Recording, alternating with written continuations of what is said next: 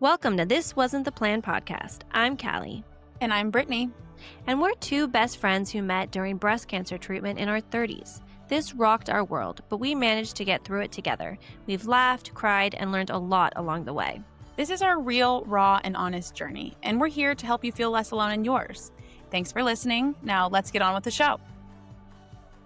Hello, everybody. It is just Brittany here tonight, and that is because Kali is not feeling well.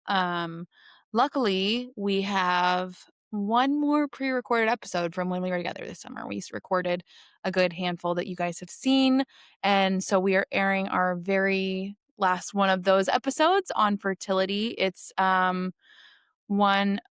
it's a special episode because it's what really brought Kali and I's friendship together, solidified it, I should say. Cancer is what brought us together, but being two young women who are both going through not only cancer, but also navigating the challenges of what that means for fertility, specifically with hormone-positive breast cancer, and all the complications and layers that it adds. So this is just a conversation about what it has looked like for us and our stories. We will reference it, I'm sure, in future episodes. So it's not a lighthearted one for sure, but it's one that I think is important to talk about. We talk a lot about how navigating cancer can feel like that's the only thing we are quote unquote allowed to worry about, and that the grief that comes with putting aside our goals for fertility and starting a family or continuing a family, building a family, Kali finding out while she was pregnant, those are all things we talk about. So little content warning if that's too heavy for you right now. We hope you enjoy it, find things you either resonate with or that can encourage you along the way. And we're hoping to record some episodes. Real life happens, cancer happens, and we're looking at what we can still record. Kali is going to be receiving treatment, like she mentioned in the last episode, out of state. So we may take a couple breaks here and there over the next few months. It's also the holidays. So we're going to try to line things up that way as long as things work out. So with that, I would say enjoy this episode, and we'll see you again next week. Hi, and welcome back to This Wasn't the Plan podcast. I'm Brittany. And I'm Kali. And today we are talking about fertility. Fertility. Ooh, it's a heavy topic. I think before we get started, this is kind of a trigger warning, a content warning. Mm-hmm. We're going to talk about a lot of grief and things that we were thinking. And if this is something you're walking through and you're not ready to hear other people talk about it, might not be the episode for you. Mm-hmm. If you feel you are ready, you might find some solace and belonging in it. So that's what we hope for this, is just to make people feel seen, because I think that's one of the most isolating things about a diagnosis at your fertile age. Yeah. I will say, and I'll ask you this, when I was diagnosed, I was still pregnant, but one of my first thoughts were, how will this affect my having future children? Mm-hmm. Did you think about that when you were first diagnosed? It was the first words out of my mouth. Like the doctor said, this is suspicious. And I said, I'm supposed to get pregnant in 2 weeks or something to that degree. Yeah. And I was like, is this going to be a bad year? Am I going to have to wait another year? Mm-hmm. And she was like, it might be. Yeah. So it was just, what about you? Yeah. When I went to my initial meeting with the surgical oncologist nurse practitioner, and he was telling me what I needed to do, what I would have to do, the chemo, the radiation, all the things, I kept thinking like, well, I was planning to get pregnant next year. So how would this affect that? So I said, am I able to have more kids? Will I be able to have more kids? That was like very important to me. And I was still pregnant. I was 9 months pregnant, 5 days from my due date.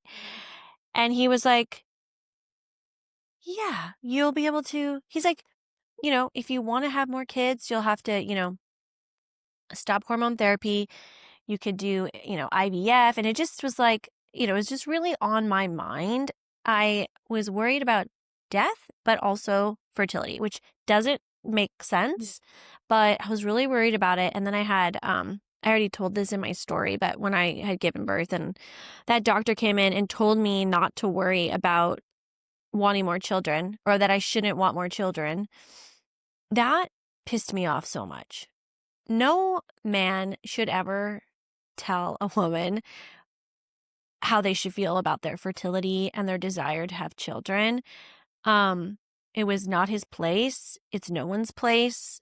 And the desire to want children is very personal and powerful. And somebody to like shut that down is just such a disgusting thing. And I just, that just really upset me in a way that was like, okay, maybe I may not be able to have children. Yeah. I think that the undertone or the explicit statement often is like, and we both, that was like thought number one Mm-hmm. above having cancer is Mm-hmm.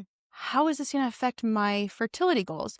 And I think the hard thing about it is we both were grieving in silence Yeah. because people are like, you need to worry about staying alive, not about having babies. Yeah. Yeah. And like, imagine saying that to someone who like I'm trying to figure out how to word this. I was all but already carrying a child the way that I was treating my body. I Yeah. was praying for the child. I was planning for it. I was eating a diet for it. I was Mhm. doing all of the things. And I felt like I had a loss of some kind. Yeah. And then people, like, I wasn't allowed to grieve that. Is Yeah. kind of, I mean, it felt that way. It was like, Mhm. I have to.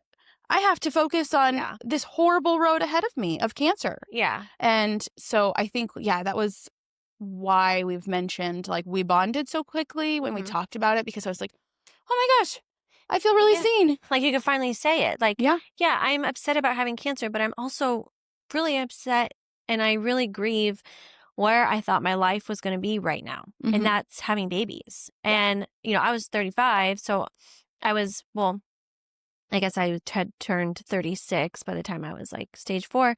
And I was like, you always think about like your fertility is like under age 40, even though that's not true. It was always in my mind. I was like, Mm-hmm. I have 4 years left. Like this is, and it Mm-hmm. was just like so much. And even people in my family were like, don't worry about other kids. Don't worry about having other kids.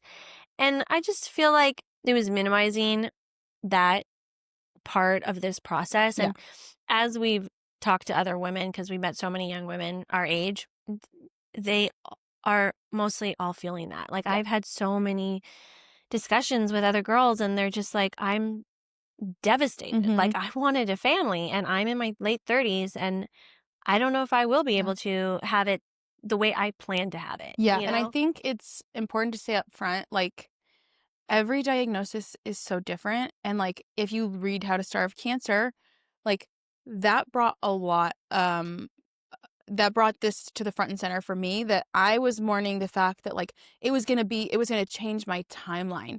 And this woman was mourning the fact that like her ovaries were fried from radiation against her consent. Yeah. She said, I want to freeze eggs first. And they removed her ovaries, or like, I think they removed her ovaries in surgery. Uh-huh. Um, and she had said, no, I want to freeze my eggs first. And so, Yeah. like, I guess it's like everyone's going through something different, Yeah. and all the grief is heavy. And I Yeah. guess with that, like, we talked to like, in previous episodes about the stages of grief and how did those play into your diagnosis. I want to spend a little time, each of us, talking about our story, which we had a whole episode about, Mm-hmm. but as it relates to fertility Mm-hmm.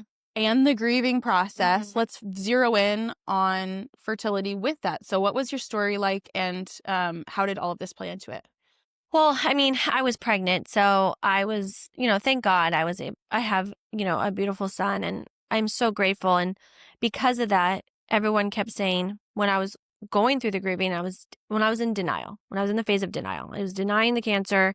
Like, no, I don't want to have this cancer diagnosis. I don't have this cancer diagnosis. Have had this baby. And then like 9 months later, I'm going to start trying for my next baby. That does not fit into my plan. No, like I'm not accepting that.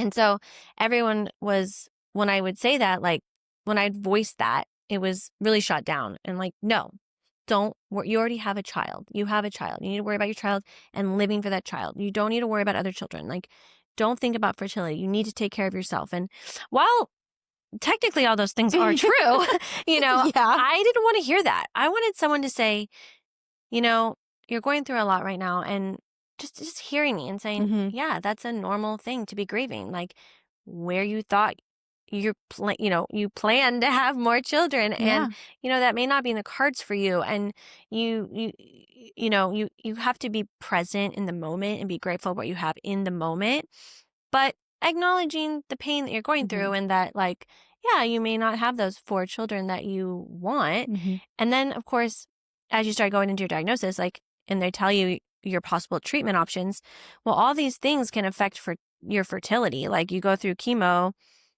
it could kill your fertility. That's a side effect. Or, if I were to have a mastectomy, I wouldn't be able to breastfeed. There's just like a lot of things. And, when you're making those decisions, all the things that affect fertility come into play. But you're thinking about that stuff privately, Mhm. silently, because you're not weighing those options out loud. Right. Because no one's going to say to you, like, stop thinking about that. Yeah. Like, So the last thing I wanted to hear is to stop grieving a thing yeah. that was like I couldn't not think about that when I was thinking Yeah. about like all my decisions. And also, like, I didn't want any doctor to tell me I couldn't have more children, when I know they don't know that for sure at this time. Like, we don't know anything. And Yeah. I didn't want to hear that from them. So I didn't really talk about it too much with my doctors, because I wanted to be more private about my hopes and dreams about more family. And I had so much disappointment over the beginning of it all, that I just didn't want to hear anything more disappointing, because at least I still had some hope. Yeah. And it's like, Mhm. they're telling me not to think about it, not to, like, consider fertility when it comes to treatment. They're telling me to, not think about it. So I had to do it privately. And that's, like, really hard. That's Mhm. pushing down those feelings, Yeah. And there's just so much anger and sadness that comes with that, because, like, all I'd ever known in my whole life was that I wanted to be a mom. And I was never, like, felt like I was really good at anything other than, like, taking care of people and, like, Mhm. and I was like, okay, I'm meant to be a mom. That was, like, always something I knew. And then the second I got pregnant and all my dreams were coming true, I had a baby. I mean, I got a cancer diagnosis, and I just felt like I was being punished, and I just didn't understand it. And I felt like, okay, this was the thing that I was supposed to be good at, and you're taking this from me. Like, what do I have? What Mhm. am I if I'm not a mom? And it's like, okay, I know I am a mom, but Yeah. I wanted to be like Mother Goose, Yeah. like With her little 12 flock. children, like, Yeah. running around. So, it was just really hard. And it is really hard, especially, like, I feel for so many of us young women going through this cancer journey. And, I still see that I'm lucky in many ways, because I know, like you were saying, some people with their cancer diagnosis, they have to have a hysterectomy, and they don't even have a chance to freeze their eggs Mhm. or have a hope for that. But, um, it's just a sad, just probably the hardest part of the whole cancer diagnosis. Mhm. Would you say that the fertility is Yeah. the hardest piece? Yeah. Yeah. Which is nuts. Like, I wasn't the person who wanted, like, I mean, I knew I wanted kids. Yeah. I wasn't like the girl who babysat all the time and like, That was me. yeah, no, and exactly. And like, I wanted to be a wife and I had career dreams. And I knew at some point I would consider that. And like, all of a sudden, that wall of like years came crashing down. And I was like, all I could think about was kids. Yeah. All I could think about was the season of Mhm. like becoming a mom and all these like weird new desires. It was like, I swear you hit like 29 and a half. Yeah. And all of a sudden I was like, whoa, I'm changing. Like, Yeah. and I thought like that is my body's way of preparing me for the next season. Mhm. And yeah, so it was a lot of grief. And I think for me, It was grief of the what ifs. It's hard because I still have very strong hope that, because like we all have different considerations. We have Yeah. different timelines, Yeah. different stuff, but I still have hope that I will have children someday. Uh-huh. I know I will have children someday, and we are very open to what that looks like. Uh-huh. I think I will have biological children someday. I was grieving the fact that it wasn't going to be within the next couple of years. Mm-hmm.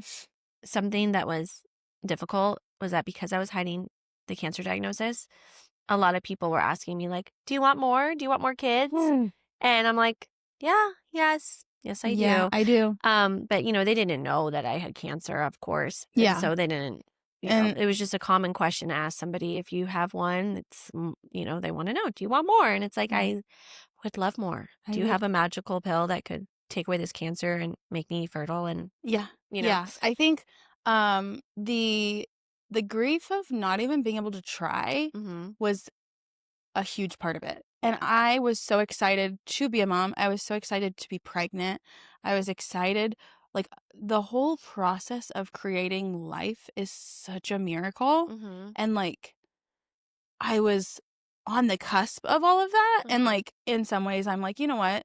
Where the disease burden was in my body, like, it was a really good thing. It was in my lymph nodes. It was huge. Like, and it was a good thing that I didn't get pregnant. And I look back and see God's timing in that. Yeah. And as hard as this is to say, it, in some ways, like, flying back and forth to California with a newborn and like doing things the way I did would be next to impossible. So, there was provision in a lot of it, but I mean, it was a grieving process of so many elements of that. And like, literally just not getting to experience the thing that so many women experience. Or that you feel like we were put on this earth to experience, like, as women. Like, that's our one thing we have over men. Yeah. It's like our biological right. Yeah. And then, Privilege. and the breastfeeding component, it's like, Yeah. I don't know. I just think that is such a miraculous, cool thing. And people, it's hard and it comes with its challenges. It doesn't work out for a lot of people. And I'm sitting here saying, but I don't even know if I get to try. Yeah. Like, it's just hard to be like, wow, like, there are so many things right now that I can't change. And I can't force my body to do what it was created to do. Yeah.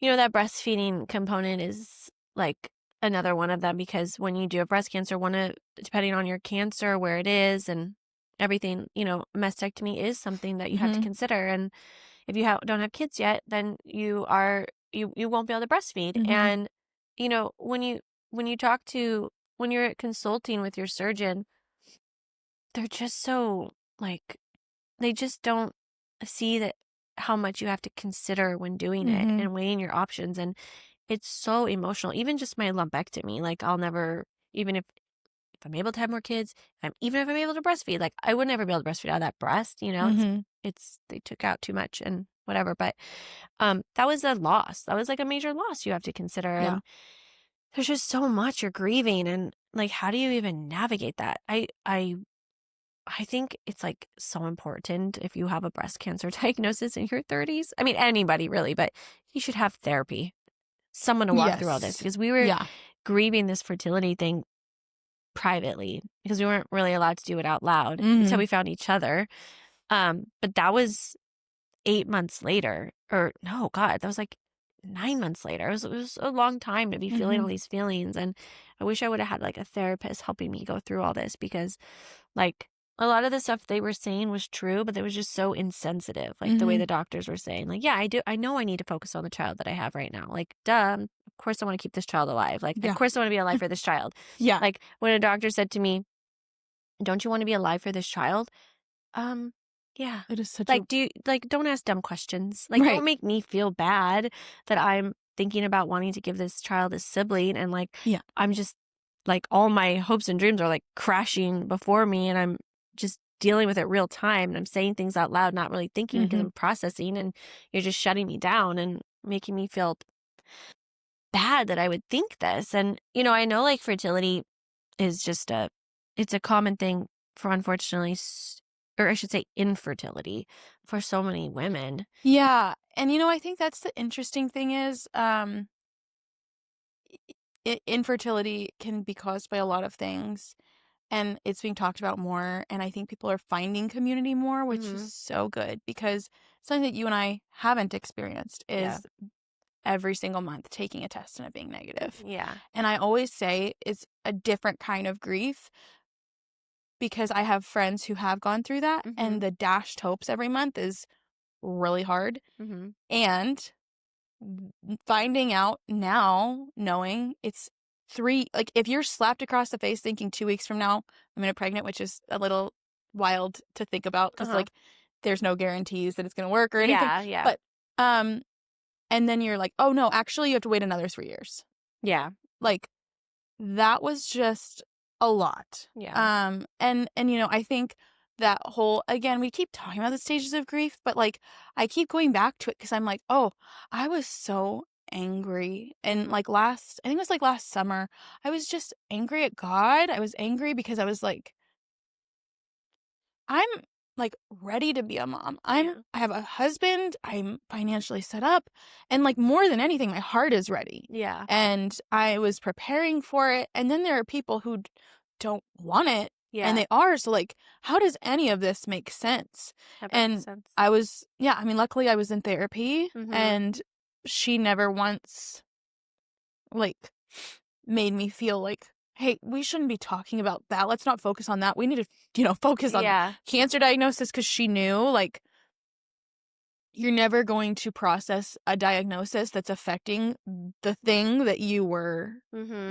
that you need to process. Yeah. So, yeah, I think it was, and then, we're super open to and have been adoption. And so then I did a lot of bargaining and I was like, okay, well, if I can be cancer free in a year, we could start the adoption process. And that takes about 6 months. And then it could still be like a year and a half. And that's really not that long of a wait compared, Yeah. it was Hmm. just like I was grasping Yeah. for anything Hmm. to be like staying on my timeline and my plan. And yeah, it's just interesting looking back. How do you feel like we're at the age where our friends are having babies Yeah. and there's like a pregnancy announcement all the time?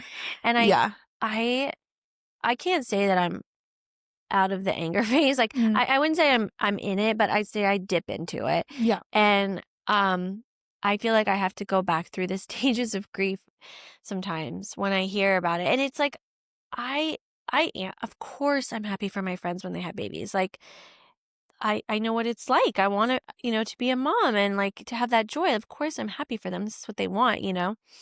But, I hate to say it, but it's also hard for me to like hear it too. Yeah. And it's like you know, um I had a friend who we were pregnant at the same time and we had like the same due date and um it was really special and she was like such a great support to me throughout all of it, but um she moved away and then I hadn't seen her in a while and then she came over and I wasn't expecting it, but she was pregnant and I was honestly like jolted a little. I was so shocked as I thought, wait, we were pregnant together the last time. Like, I should be pregnant again. Like, I Mhm. shouldn't be going through this cancer diagnosis. Like, I should be having my second now and I should Mhm. be like building my family and we should be pregnant together. And that just like the unfairness of it.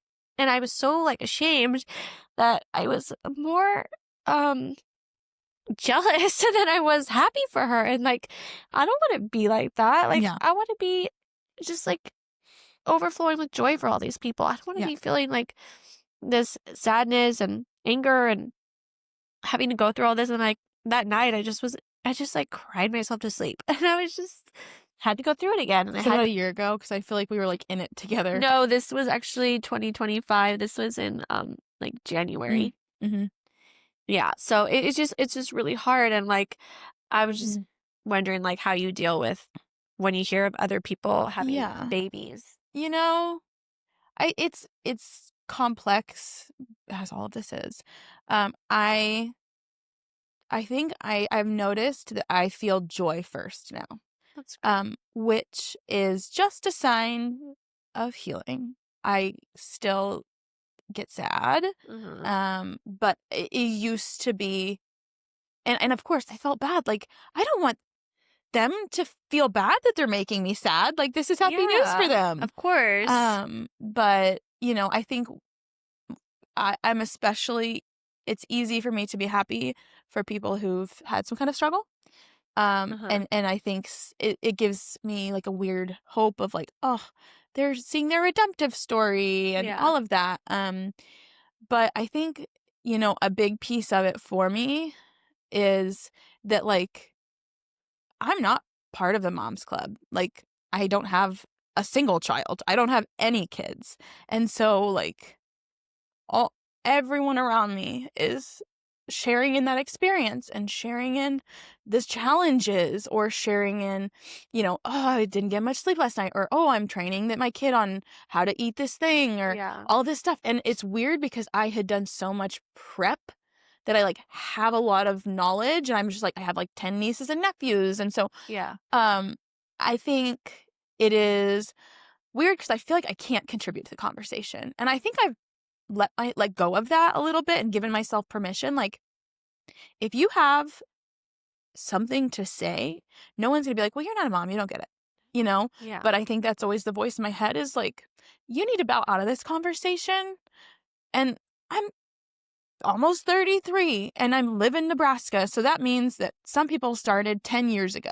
Yeah. And so it's just one of those like, oof, I don't really know how I contribute when everyone is in their mother goose phase. Yeah. And I'm like in my let's beat cancer phase. It's just like, how do you relate to people with that? I know. So, It's really hard, but you know, I kind of I don't know, I'm kind of in the minority where actually I don't even really like talking mom stuff too much because there's a lot of judgment in the mom world, and yeah. I didn't get to breastfeed, and I didn't get to all the things that, there's so much pressure to do, and I'm like, well, and you just kind of have to go with it. So, and I think, being an aunt, you're going to have like so much great advice. Like Mhm. you are around kids. Like you just have such a you're just like such a great person that if you have offered me suggestions with like Oliver and stuff. I know we've talked about mothering Sorry, I things. don't know about that. No, and I know, and I value it. Mhm. Like your voice has a lot of value. I don't want you to feel that way, but I understand why you would, but Yeah. you shouldn't It's feel that just one way. of those weird, like, oh, I feel like all my friends went to college and I'm living in my parents' basement, watching them post on Instagram about the good times they're having. Yeah. Um, and like, and I have, I think, found acceptance Uh-huh. and joy in this season. Yeah. Um, and like purpose, I Yeah. think, I've come to terms with the fact, yes, I do want to adopt. And I think rushing to that to fill the void that I'm feeling Uh-huh. when we need to do emotional healing from what's happened and, Yeah. get through the final stages of Mhm. whatever I need to do for Yeah. cancer, like just rushing to start a family because I want to start a family, like, is not doing any service to the child or to our family. So, Yeah. yeah, it's just like, okay, nope, I have a while, Yeah. and there are a lot of things that I can do, and time goes fast. Yeah. And I always say, like, we talked about this, like going through treatment, you were flying back and forth. And if you had had a child, it would have been so dang hard to Mhm. leave that child and to figure out what to do with that child. There's challenges, but there's also benefits too. Mhm. And like, it's just God's timing and what Yeah. we needed at the It time. is. It is so weird because I can see from your perspective, like, thank God for your son. He is such a blessing. Like, and I think I hear a lot of moms say that is my motivation, And my future kids are my motivation. Like, Yeah. it's not a kid that exists in my arms right now, but like, Yeah. I'm also doing it for myself, for my husband, for my Yeah. family. Like, Yeah. there's a lot of things. But yeah, I mean, you just have to kind of come to terms with your reality, Uh-huh. and that's hard. I want to talk about like where you found your hope and your optimism because you said like now you don't have like that anger so much, Mhm. and you are on like, I wouldn't say like the other side, but Yeah. you're in a better place now with it, and I think I am too. And you are one of the reasons why, because you shared with me the positive study. Mhm. So I want to talk about that, Mhm. because that gave me all the hope and Yeah. all the optimism, and just made me feel like there's a possibility it could Mhm. happen, you know? Totally. Yeah. So the positive trial was conducted, and it came out with probably about 2 years ago at this point, came out with its findings, and it studied a bunch of women with hormone positive breast cancer. And so, as we've talked about, endocrine therapy, hormone therapy is a form of treatment after, remission.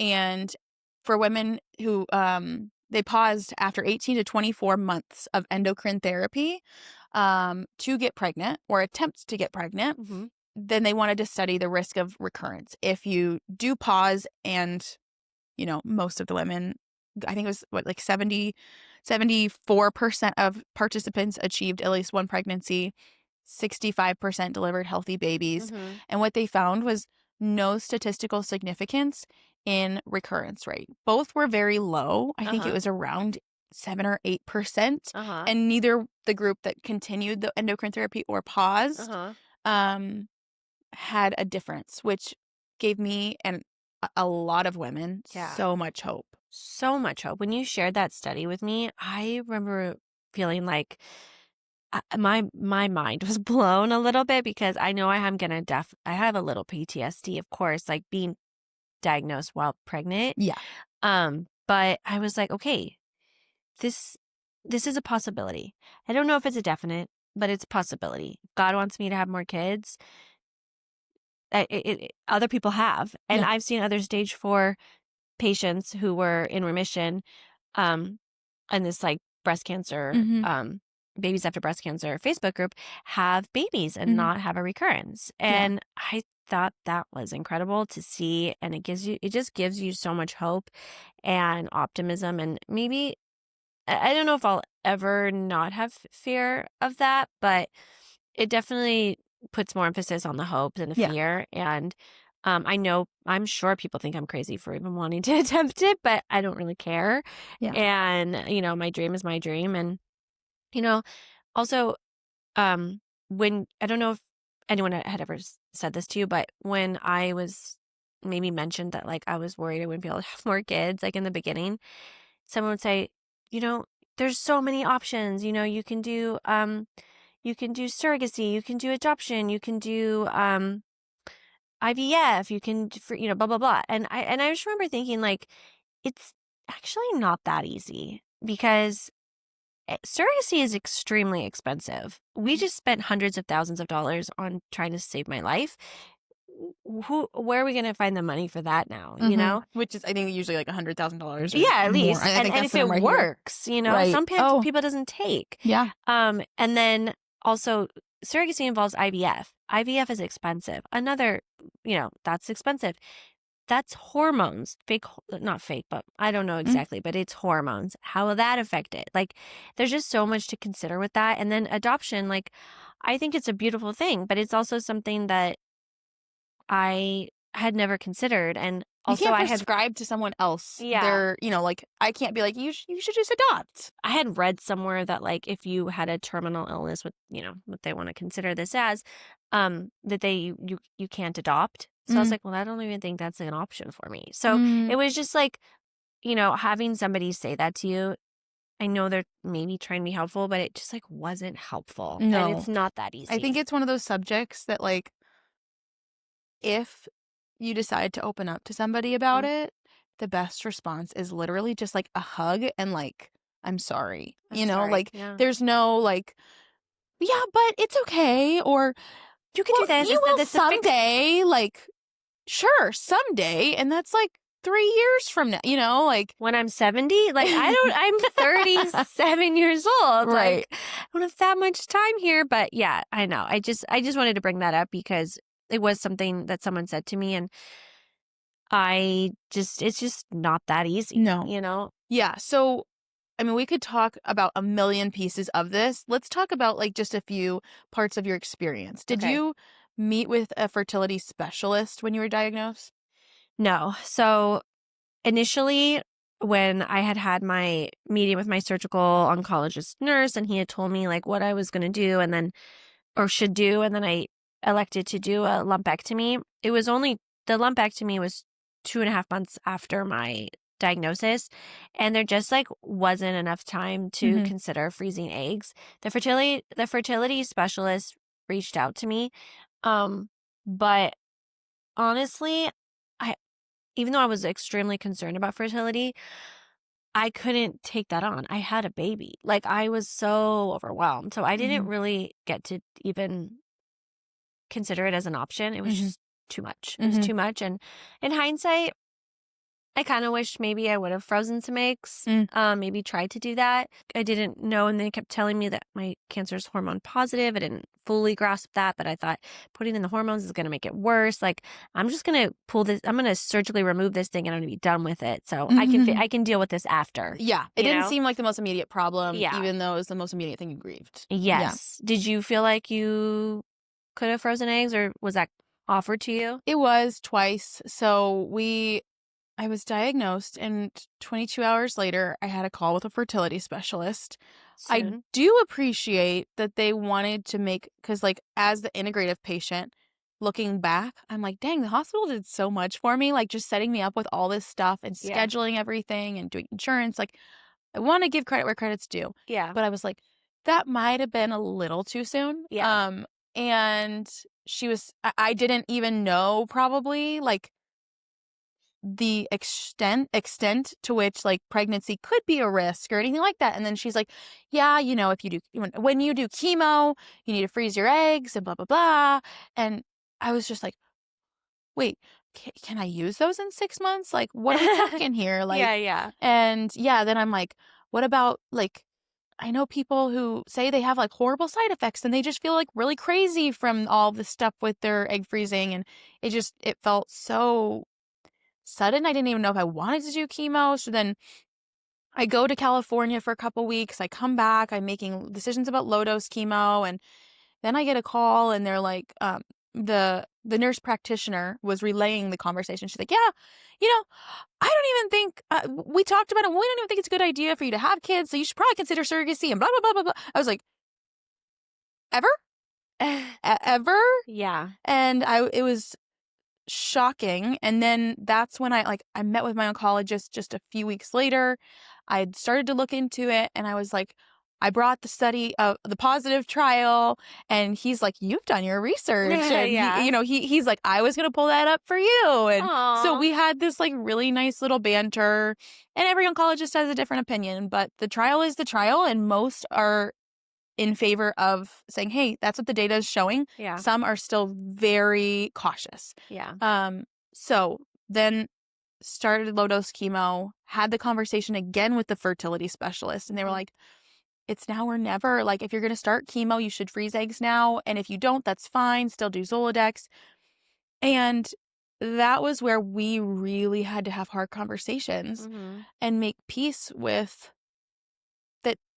I would rather, for us, like, God's going to build our family how he will. That's what we just said. Mhm. And that may look like biological children. It may look like adoptive. Like, Mhm. we don't know, but we're not going to force it right now because that's not the priority. Like, Yeah. we just want to move forward in the process. Yeah. And so that's what we did. Okay. Yeah. It was a part of, I think, like, the acceptance piece. Like, Mhm.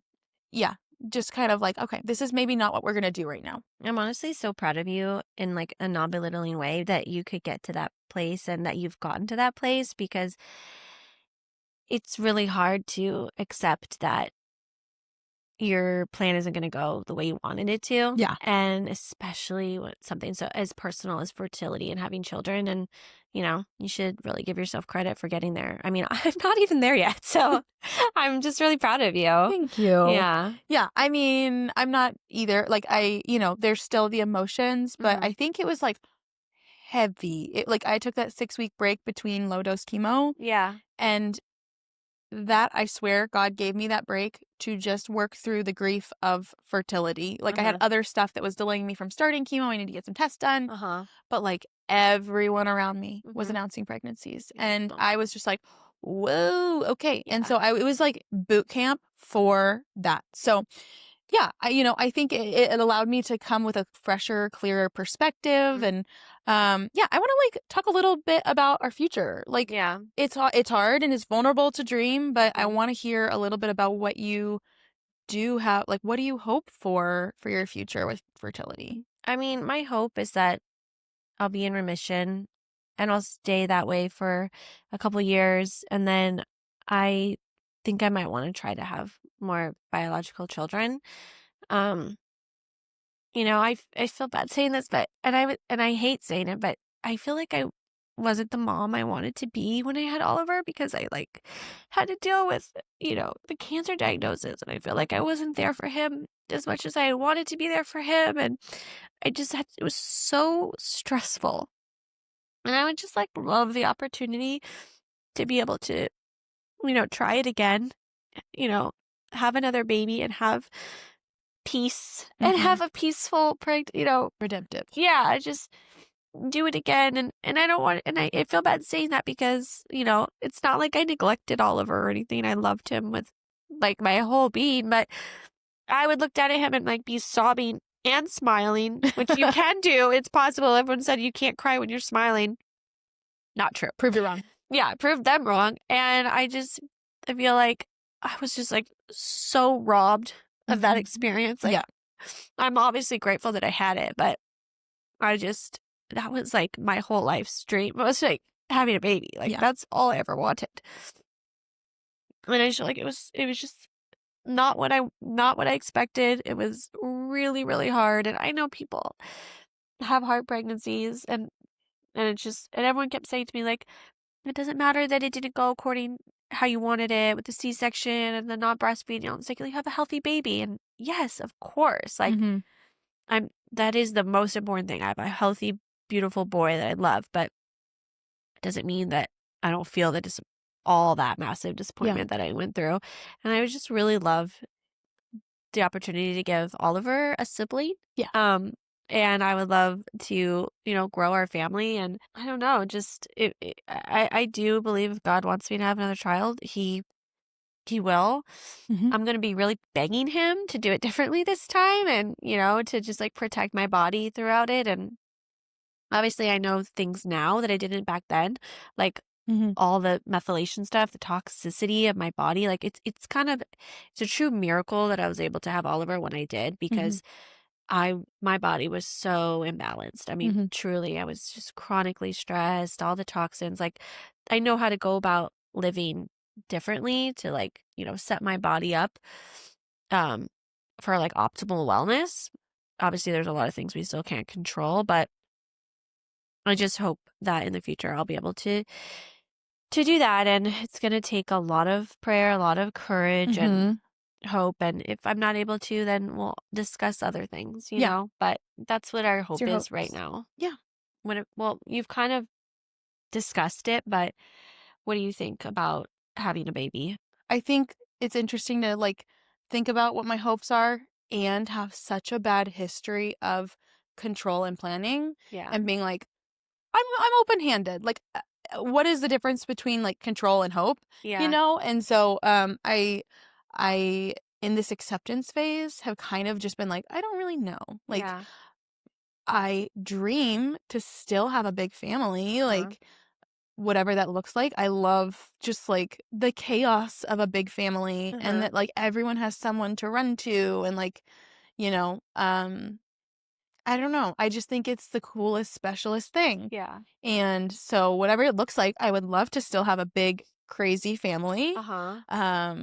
I would love to still be able to carry at least one or maybe two kids. And I mean, like the little part of me is like, how miraculous it would be to have like 4 biological children. But like I am 33 almost. And like, hormone therapy plays a part in that because you take a break and then you go back on it. And it's hard to know that this thing will continue to be a consideration, even if best case scenario. I stay cancer free, don't have any issues when I'm pregnant, which I think is God's plan. Like, I think Uh-huh. it's going to go great and it's going to continue to be a consideration. Mhm. So that is my hope. Uh-huh. Yeah, and we'll see. I think I'm going to be a lot better parent. Yeah. And looking back, I'm like, I was not a very good version of myself in a lot of ways, and starting a parenthood journey that way, Mhm. I think God is allowing me to really work on myself. Yeah. And that kind of leads me to, my next question, which is, what do you think all of this taught you? Mhm. And how will it affect, you know, if you get to be, have another baby? And for me, that is, I think I will not take a single thing for granted. Like, Well, you said something to me yesterday that meant so much to me, and it made me like really think about how this experience changed me as like a mom. And you said that you never seen somebody like love their child as much as I do, and I was like, wait, really? Like, I yeah, thought all moms really love their children, and they do, but they do. I have such a greater appreciation for motherhood and like my son because there was a time when I just like didn't think I'd be there for him, and now when I have like every moment I have with him is so special, and he brings me so much joy. And he just during the tough times when I was just like chemo was so hard and I didn't know if I could do it anymore, he was always my inspiration to keep going. And Mm-hmm. he wakes up every morning so joyful, and I'm like,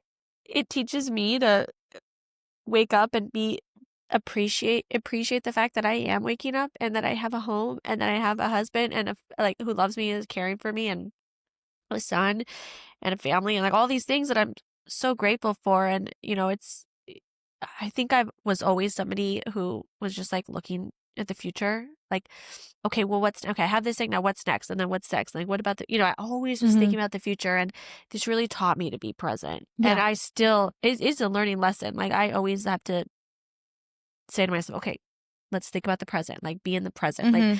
let's think about what is going on now, and like, especially with the control stuff, I was absolutely a control freak, and I can't say that I'm not still. I try not to be because like I'm not an easygoing person, but I'm working on relenting control and Mm-hmm. being like, a lot of things happen in this life that we can't control, and like rolling with the punches. I think I'm better at that Mm-hmm. because so much comes at you. There was so much disappointment that I had to face with the diagnosis, the treatment, and like postpartum, that I was just like, okay, got to get back up and I got to keep going. And, those Mm-hmm. are all lessons that I definitely learned. I would love to have learned them a different way, but this is the hand I was given. Like, how is this experience and how has your healing through all of this, should you be able to have another child, how do you Yeah. think that changes, like, the parent that you will be or your perspective on parenting? Oh gosh, such a good question. Well, I mean, I'll be like I was with Oliver, I'll be extremely grateful. Like, I will never take my mothering for granted. Like, Yeah. there's never one day that have any, even on the hardest days of mothering, which they're never even that hard because I'm just grateful for every Mhm. moment.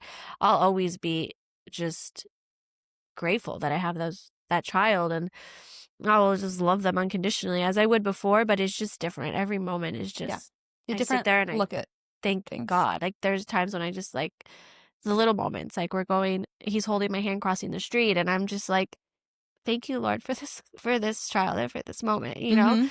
I don't know if I would have been like that as much. Yeah. Maybe at night when I pray, but not as much. And I don't know. I think I, how I raised them, I don't want to put, all the things that led me to have, that I feel led to my cancer. I'm using that to be a better mom to them, Mhm. to impart like health and wisdom on them at a young age. And, I hope I do that. But I think um, yeah, I just hope I do that for them. Mhm. Yeah. What about you? Gratitude. I think this whole experience teaches you that, like, you don't take, like, the person who maybe is really, really tired and struggling, I'm like, okay, I think that now having gone through this, the sleepless nights, the screaming baby, the whatever it is, I will have a different perspective than I would have, Yeah. where I'm like, and this is what I've prayed for. Yeah. This is hard, and I've waited for this for so Yeah. long. Or, we talked about the breastfeeding piece. Like, I hear so many women be so hard on their bodies and Yeah. make fun of themselves and call themselves, say bad things about their bodies. And I'm like, that is my dream. I would kill for those saggy boobs. You know what I'm saying? Yeah. Like, I think we are so quick to be like notice that we look different than we used to, even though you've gone through so much. Yeah. And if whatever breastfeeding looks like, Yeah. I think I will be so grateful for that. I think it's just a different perspective, whereas before I probably had the perspective of like, I am entitled to a fantastic motherhood experience and things are going to go my way. Yeah. And I want to go in with hope. Like I want, Yeah. but I'm just not going to take the little things for granted Yeah. and remember, just all those little moments. And I think the other thing that I will do better with, and I've talked to family members about this and how motherhood has taught them this, and I think cancer has taught me this, is like letting go of idealism, letting go of control. Perfectionism. Too bad the vacation didn't go as you expected. You took your child somewhere and made some memories. And if they didn't sleep well in the hotel room, that's okay. They're going to survive. Yeah. Or, those kinds of things. I think it would have taken me a long time to get there. Motherhood teaches people that.